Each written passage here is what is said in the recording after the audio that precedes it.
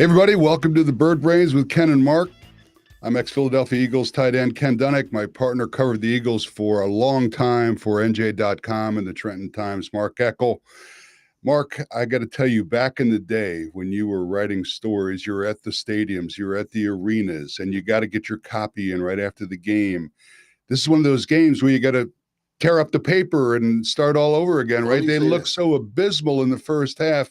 They came back, and in the most dramatic of ways, they blocked. Jordan Davis blocks that field goal and takes it in for a touchdown. I was literally out of breath, but not as out of breath as many of the Rams fans who took the 3.5 points. I was going to say you were as out of breath as Jordan Davis was. That's what they call a bad beat. Oh yeah, if you took the Rams in 3.5, you couldn't. I stayed away from the game. I didn't like it either way. Yeah, the line looked fishy to me, and I just I saw no reason to get off the Eagles, but I didn't play it. But anyway, we've got a really special guest for you today, who I'll introduce here in a second.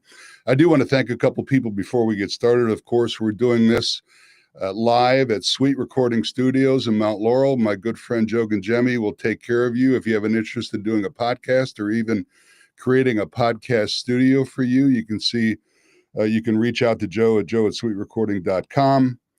Of course, our sponsor for many years now is Chris Wilhelm of Citywide Mortgage. Chris can handle all of your mortgage needs. You can contact him at 609-234-4304. That's Chris Wilhelm, Citywide Mortgage, 609-234-4304. And my good friend Tony DiGirolamo of DiGirolamo Financial. If you have an investment need, an insurance need, Tony is a full-service shop and would love to have a conversation with you. He does a lot of my stuff for me, and he's great. Please contact Tony at 609-541-7515. That's Tony DiGirolamo, DiGirolamo Financial. And finally, my business, Jersey Man and Philly Man Magazine, our October issue is about to come out. I know Mark Eckel has done a great piece on Mike Quick. Dave Spadero wrote on Vic Fangio, and that will be available for free on our website, jerseymanmagazine.com, on October 1st. So check that out. And I do want to mention that our big charity gala for the year, the Unmasking event, our 10th anniversary, hard to believe. We are going to pack the house at Ballroom at the Bend in Philly on November 13th. And many charities will benefit. Tickets are available if you'd like to come to this event. Go to our website, jerseymanmagazine.com, or email me, ken@jerseymanmagazine.com, and we will get you set up. Now, I want to introduce a guy who, a local guy who has made it good. He's so accommodating. This is the third year now he's done this podcast. He's the lead anchor of ESPN Sports Center at 6 p.m. Eastern Time. He also does college football for ABC and ESPN and a myriad of other duties. I want to welcome to the show Kevin Negandhi of ESPN. Kevin, how you doing, brother?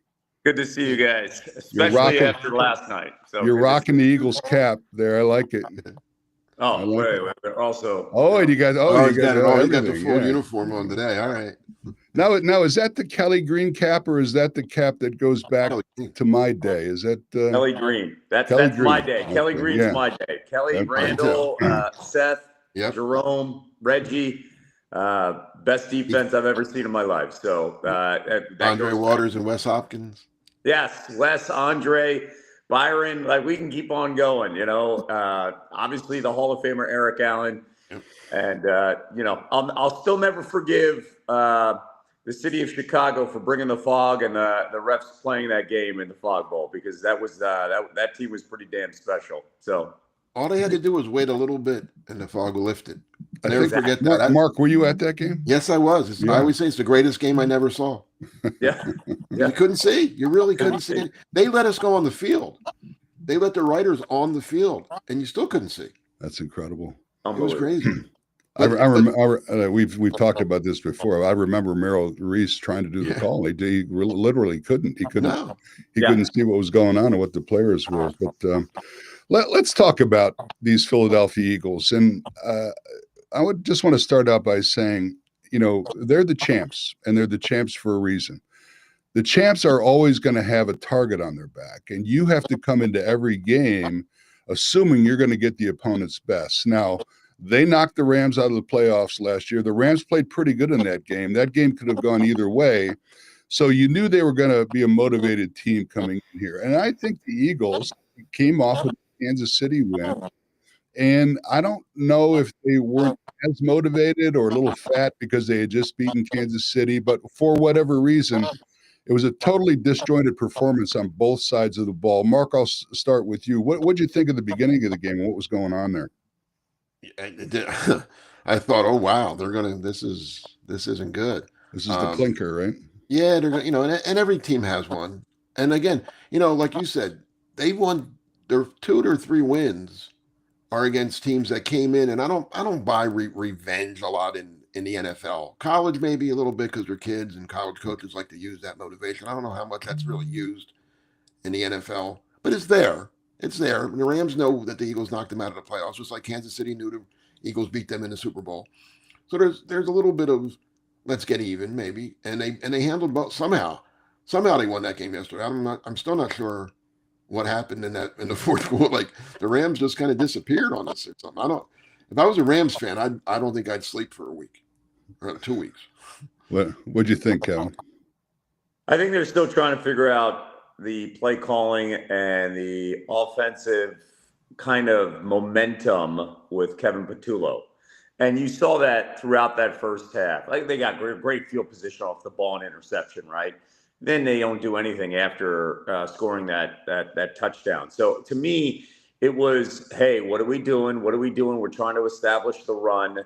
I thought Sean McVay left too many points on the board in that first half. I was blown away where he talked about being aggressive, and he wasn't aggressive. He was the opposite of that on a couple of field goals where they could have blew us out, plain and simple, the way that first half was playing out.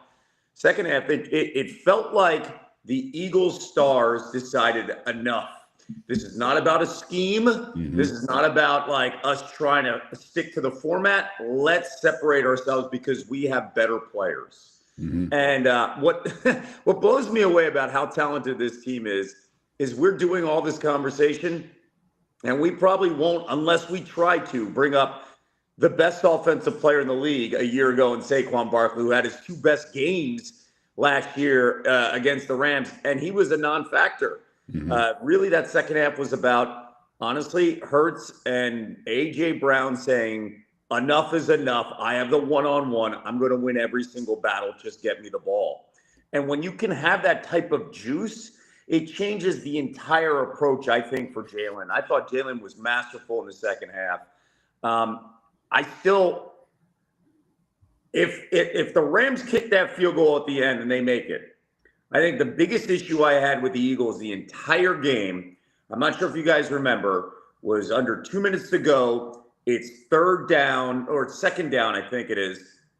And they're inside the 10-yard line, and they go to the flat with Saquon, and he gets out of bounds. And the clock stops with 1:55. Mm-hmm. And the first thing I thought of was last year, Matthew Stafford doing whatever he wanted on that final drive and driving down the field. And I was like, whoa. We're not staying in bounds. And I thought the pass shouldn't have been made to Saquon anyway, but he made the catch. He had to get out of bounds because of the way his body was going.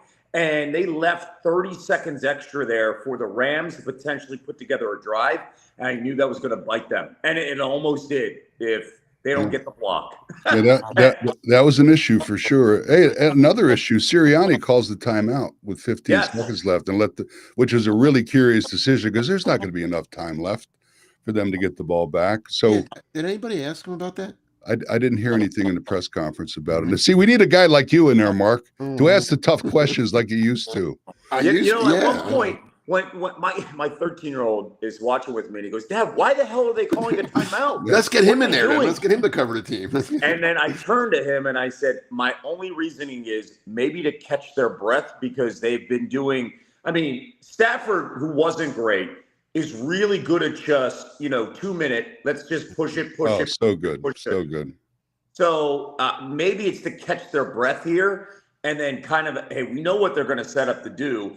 Let's just make sure we have the right personnel for this situation. That's kind of my reasoning on why they did it. But man, with that clock stopping at a minute 55, I was having flashbacks to a year ago, and I was like, they're going to kick a field goal and they're going to beat us. Well, let me tell you how abysmal Almost that first half was. We had 4 first downs. Oh. We had 33 net yards, minus 1 yard passing, net yards passing.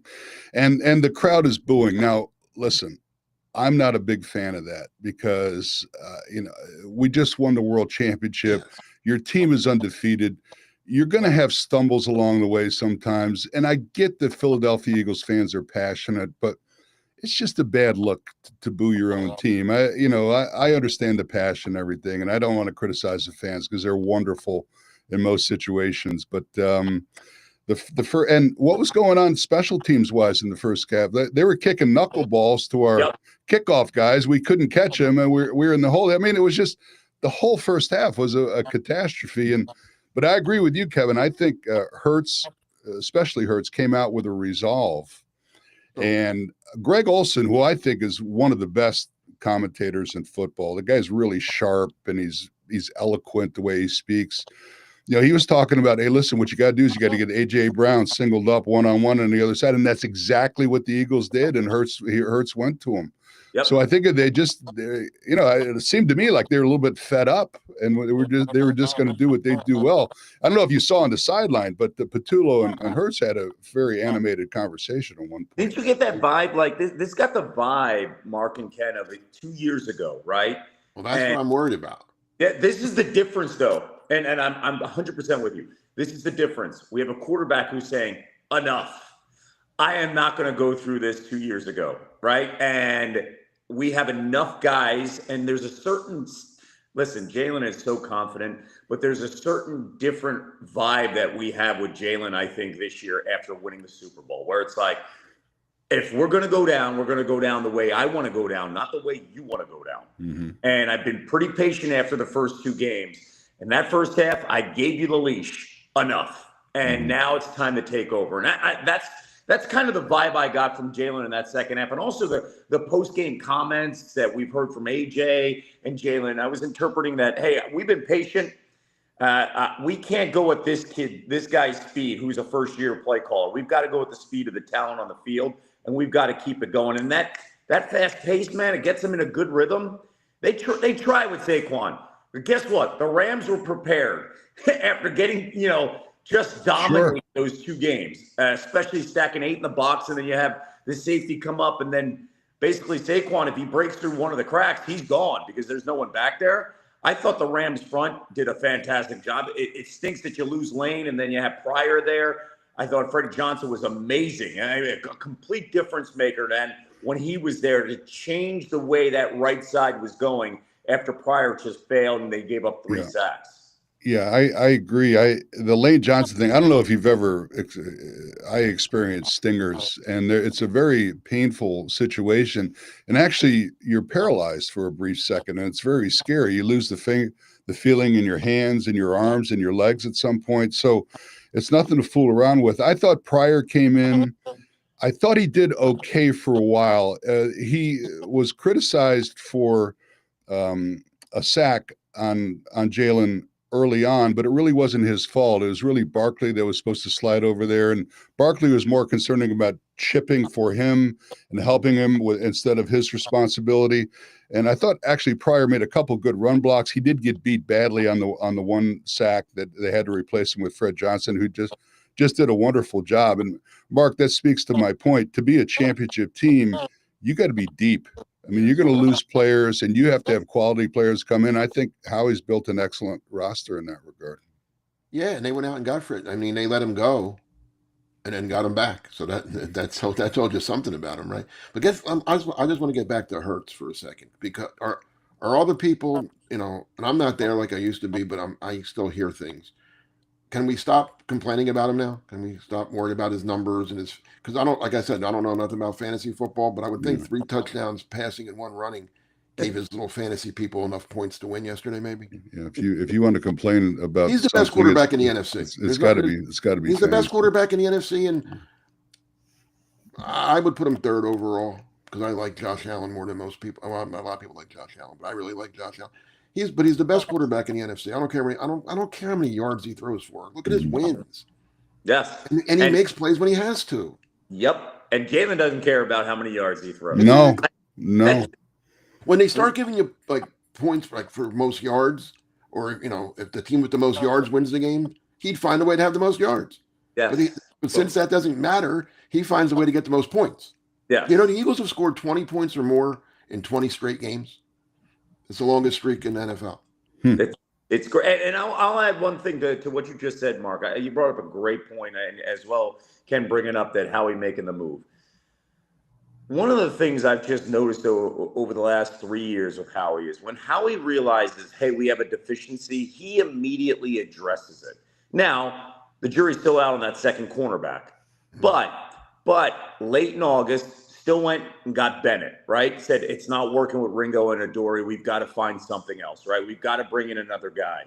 I think he's still going to tinker with that second cornerback position. But he realizes, listen, I still need to bring guys on this offensive line. I'm going to address it. We've seen him in the past. I make a mistake. I'm going to address the wide receiver again. We'll get it right with Devontae Smith in the draft, right? I'll get A.J. Brown in the draft. I mean, in a draft day trade. Like, we're going to address the issues immediately. I'm not going to just stand my ground and say, oh, let's wait and wait and wait. It's like, let's move on and pull the Band-Aid off. And I think that plays a huge role right now in this window where they have that Super Bowl contention. Well, that's the difference, Kevin, between the old Howie that I covered and the new Howie. The old Howie would be stubborn to the fact of, and maybe it was Andy, I don't know, but if he drafted a guy and the guy wasn't any good, he drafted him, so he was going to give him second and third and fourth opportunities until it got to the point where, okay, now we finally have to get rid of him. He would give that guy, like Adoree Jackson. He signed him, right? He wasn't going to go out and get anybody else because we got Adoree Jackson. That's my guy. That's why I went out and got him. Now like you said, now he corrects his mistakes. Before he lived with his mistakes and they bit him. And that's why the team didn't win Super Bowls. That's why they were good enough to make the playoffs, but they would get bounced out because they weren't quite good enough, where he should have corrected some of those errors. Who was the guard they drafted? The hockey player, remember? Danny Watkins. First round pick. We saw from the beginning this guy can't play. Yeah, but they stuck with him, and finally, I think the kid quit or whatever. But they would, they were loyal, I guess, to use a nice word. Yeah, they were loyal to their picks and their free agents. Well, there's a financial reason to be loyal to your first round picks. You've got a big investment.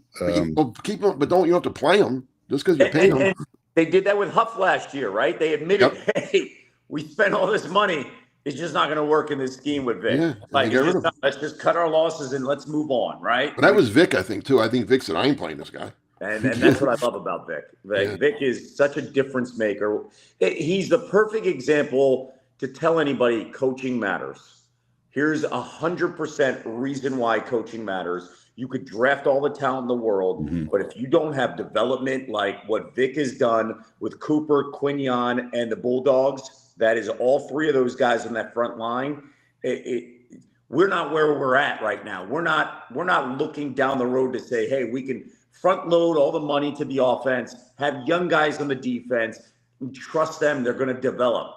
We wouldn't be in this situation if we didn't have Vic Fangio. Well, the other thing about Vic is schematically, he's really a genius. If you notice the game plan in last year's Super Bowl, and actually he used the same pass rush lanes against Washington, he funneled those two mobile quarterbacks into where they had nowhere else to go. And really, to my eyes, no one had ever done that to Mahomes before. And he literally, they choked him into this little bitty bubble and he couldn't get out of it. And Vic knows what he's doing. And that was evidence. And when people ask me about the Super Bowl, who is the MVP, I say Vic Fangio. I think his defense that he crafted was amazing. But getting back to Jalen, there's a lot of things I admire about this guy. Number one, obviously his talent. He's got arm strength. He throws a nice spiral ball. It's usually on target.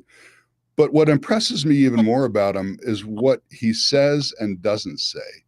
He doesn't wear his Super Bowl rings. He doesn't talk about last year. He doesn't want to talk about anything other than we're going to craft a game plan to win this week. And you see a lot of guys in his position, they get a big head because they've had all this success. They're on a Tonight Show and all this stuff. But, Jalen says and does all the right things, and he's turned the page. And what a great ambassador for this franchise in the city. I mean, it's just this is really, we're going to look back on this in a few years and say, boy, we really had something special here, don't you think, guys?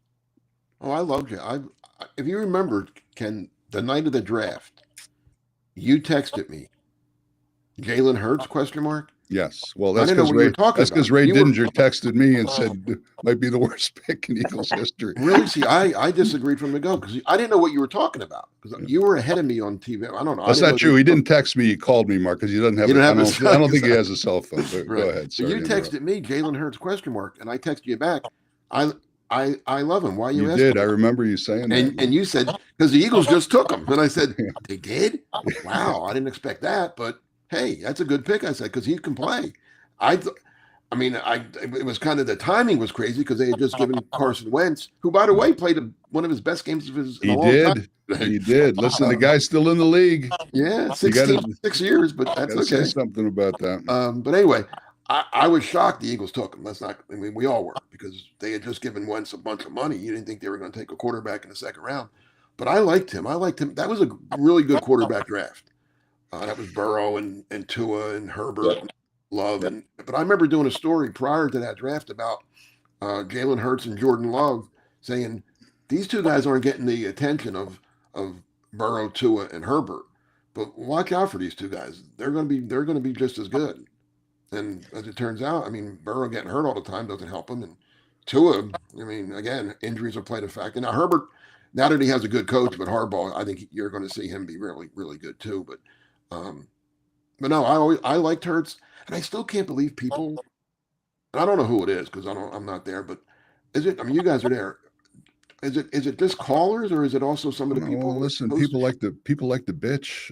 Yeah. That's all I can think. Well, not him. Bitch about the defense. Bitch about Yeah. the second corner. Don't bitch about Jalen Hurts. He's the reason there's Quarterback's a lightning rod, right? I also believe that the average fan is enamored by, you got to look a certain part. You got to be built like Herbert, right? 6'5" off the bust, cannon of an arm. And Hurts wasn't that type of guy. No, he's not. When he first came in, he's a grinder. By the way, as somebody that covered him in college, I actually loved the pick, but when the pick was made, I was still fuming about the Rager pick, and I wanted Justin Jefferson so bad. So when the Hurts pick happened, my first thought was, this is Nick Saban as a player. My second thought was, why would they put Jalen Hurts in that locker room? Because you have Carson Wentz, who is so thin-skinned, and Jalen's going to win that locker room in a matter of 6 months because that's who Jalen is. Think about what he did when he went to Oklahoma. He won that locker room immediately, and then he he finished second in the Heisman that year. Remember, he was cast off from Alabama. They wanted Tua, and then he went to Oklahoma, Right. and they a pass-friendly offense under Lincoln Riley. He put up ridiculous numbers, and I was like, this is not going to go well in Philadelphia down the road because Hurts will linger, and that entire locker room will fall in love with the type of person he is because he's one of them. The thing about Hurts that I love now, and Ken, you brought it up, and we are lucky, he's like this at all times. If you saw the video post after Jordan Davis blocked it and ran, Yes. you Was that couldn't tell amazing? if they won or lost that game from Jalen Hurts. Everybody else has been Like- jumping up and down and running in the end zone. He didn't even change his expression. Yes. And you know what that reminds me of, Mark and Ken? It reminds me of the same demeanor that Tom Brady had late in his career. But Tom Brady's like, we won, I don't care. I'm not all about this stuff. So he's like a 55, 60-year-old wise man. And Jalen's always been that way, where he's just like, I'm not fazed by anything. And if I am, you're not going to know. Because whatever I'm going to put out there, I'm going to control the narrative. I will not let you control anything I say. So he's perfect for this team in this situation. And quite frankly, this city, because he's not going to let any narrative get out of his control no matter what. And I think, keeping the main thing is maybe the most boringest sentence ever, but he really believes that. Mm-hmm. and you see it every single day. It's not just words. Keep in mind another thing about him. How many offensive coordinators has he had now? Every year. It Mark, seems right? like it. Yeah, he came in with Doug Peterson. Every year. Then he had Steichen he might have had Steichen for 2 years. I'm not sure, but he had Steichen, and then he leaves for the Colts job, and then he has his old buddy Johnson, right? The And then guy Kellen Moore. and then he had Kellen Moore. Now Mhm. he has this guy, Patul. Now listen, Steichen and Moore left for head coaching jobs. You can do about that. I mean, Hurts probably. They need to thank Hurts for getting them head coaching jobs, just like Absolutely. Andy Reid always thanked Brett Favre for getting him his head coaching job.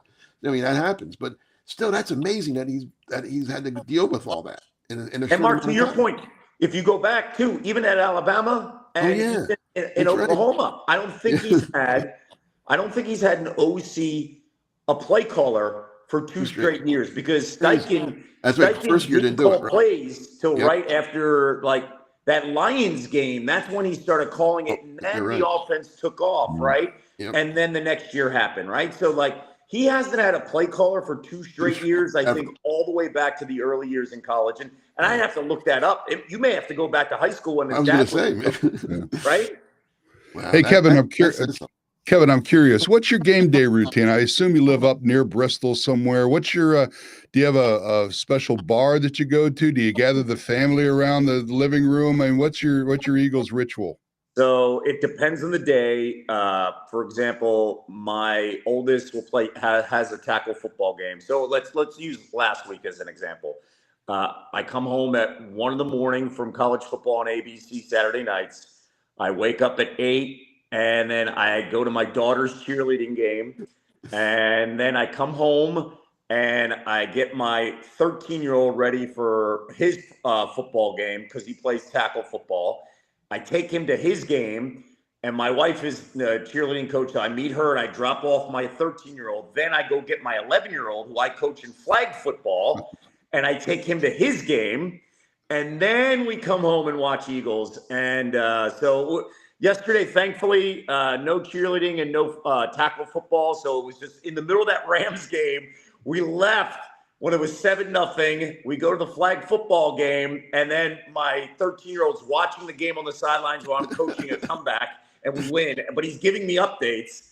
And then we get home, and it was 26-7, and then they come back, and we watch it. And by the way, you asked for a bar. This is my bar right here. So there you go. In my house, we're all ready to go. I can't watch with people. I can't watch. I can't watch the Eagles with anybody. Too emotional.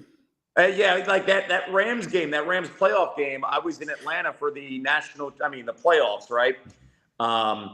And Booger McFarland's a good buddy of mine.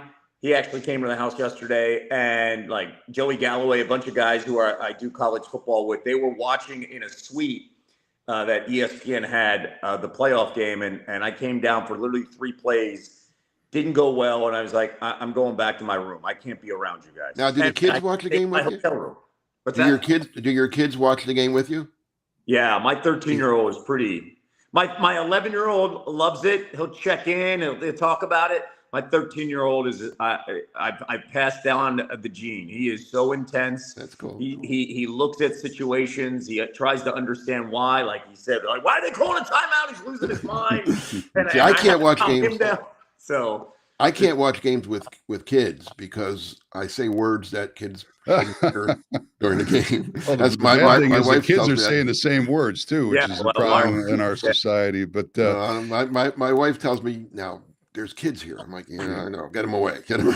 Put them in the other room. Hey, listen, we got to wrap it up. It's always the fastest half an hour. Very enjoyable. I do want to mention the passing of a Philadelphia legend, Bernie Perrant. I met Bernie many years ago, hung out with him at a couple celebrity golf tournaments, just a wonderful guy. Kevin and Mark, I wonder if you could just give a brief comment on your association with Bernie and how you knew him. Well, Mark, I people don't know this, but I actually covered hockey for 4 years. Bernie was retired, but he was always around. And listen, I covered hockey. I'll be honest, I didn't know that much about hockey. I learned as I was covering it. And he was one of the guys that really, like, for some reason took to me and helped me out so much in terms of this and that and different strategies in hockey. And just a wonder. I mean, like I said, I didn't cover. I mean, he was a great goalie. Obviously, I wasn't even watching hockey then. But as great a player as he was that great a guy also. Never heard one bad thing about Bernie Perron. I had the pleasure of meeting him briefly once, and he was. I think there's a generation. I grew up in a generation of, Schmitty and Carlton, right? That's how I view the Flyers. I viewed it Bobby and Bernie. I know the Broad Street Bullies gained all of it, but listen, the organization, the Flyers franchise, we had Pelly. We lost him, of course, to a tragic accident in the mid 80s. The Flyers have never, ever, ever found that bona fide goalie that you could identify with since Bernie Perron. So he was a legend. And again, to Mark's point, I never heard one bad thing about him. He's just a gentle person, such a good man, and he'll be missed, man. And you Flyer fans and families. We just talked about our kids watching and stuff. It's passed generation to generation and generation, and it was really built on what Bobby and Bernie did. No doubt. For the entire Flyers history, and everybody's talking about them now who are still fans. Yeah, those Broad Street Bullies still live in everybody's hearts here in Philly. It's an amazing impact they had. But so we got to wrap this up. We're at Tampa Bay next week, which is always a challenge for us. Hopefully the Eagles' eyes are open a little bit and come out strong. And well, this is the Eagles' revenge game. That's right. Well, listen, revenge doesn't always work because Matt Eberflus went into Chicago for revenge yesterday. How'd that work out for him? But I want to thank Kevin. You're always very gracious in joining us. I appreciate that. And Mark, of course, it's a pleasure working with you. We will cover the Tampa Bay game next week on the Bird Brains with Ken and Mark. And I want to thank everybody for watching and listening. And we'll see you next week, everybody. Go Birds! Go Birds! If you do a little something.